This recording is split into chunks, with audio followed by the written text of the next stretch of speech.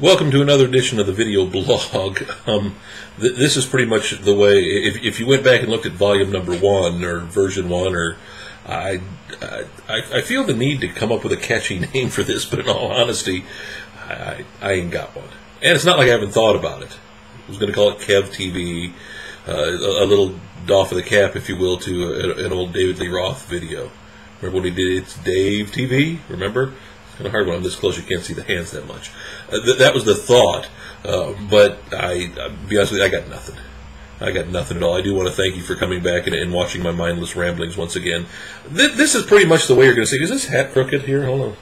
It's kind of weird. When you're looking into the camera, well, it looks crooked and your head looks tilted, and you start getting a complex.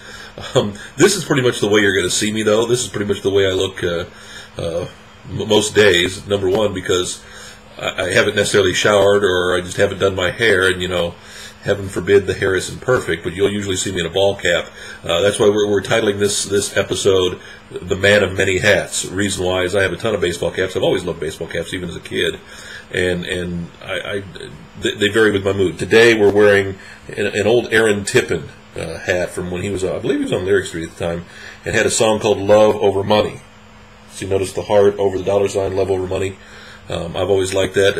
I worked with Aaron for a short time during my Rust Records days, and just glad to see that yesterday they announced that Aaron had signed a new record deal with, I believe the new label is called Country Crossing, which famed music producer James Stroud is doing, a label that I believe, from what I've heard through the grapevine, is going to include people like Lori Morgan, John Anderson, and is more of your long-term country celebrities, giving them a chance to do some things.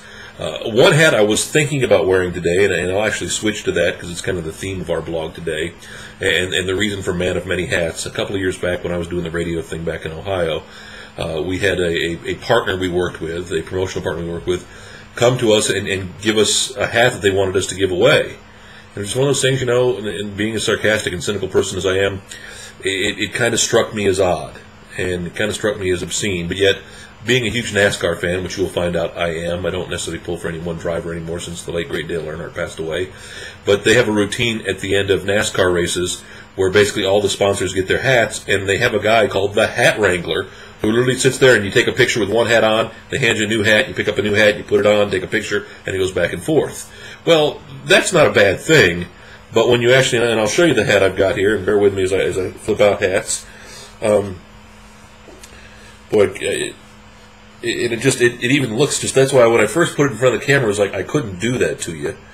The Downtown Akron partnership had a hat, and I could sit here and go through all the sponsors, and I don't want to give anybody any props or make any fun of anybody. But actually, you got your Time Warners, you've got your Liberty Harley, which is a local Harley dealer there. You've got the City of Akron seal, which would be on that side. Their E.J. Thomas Hall. But literally, in this hat, which is what I call marketing gone awry, I'll kind of put it up to the camera here, you can literally, and I'll have to do it slow so the camera will pick it up, just literally look at all the logos. And that's logos on each side of the hat. One of our radio station partners, WONE's logo is on there. Literally, logos on each and every side of the hat. They did leave a little spot on the top, though, for no logos, which I found funny. But literally, I forgot what it was, 3, 6, 9, 12, 15, 18, 19 different logos on the hat. That is truly when marketing goes awry.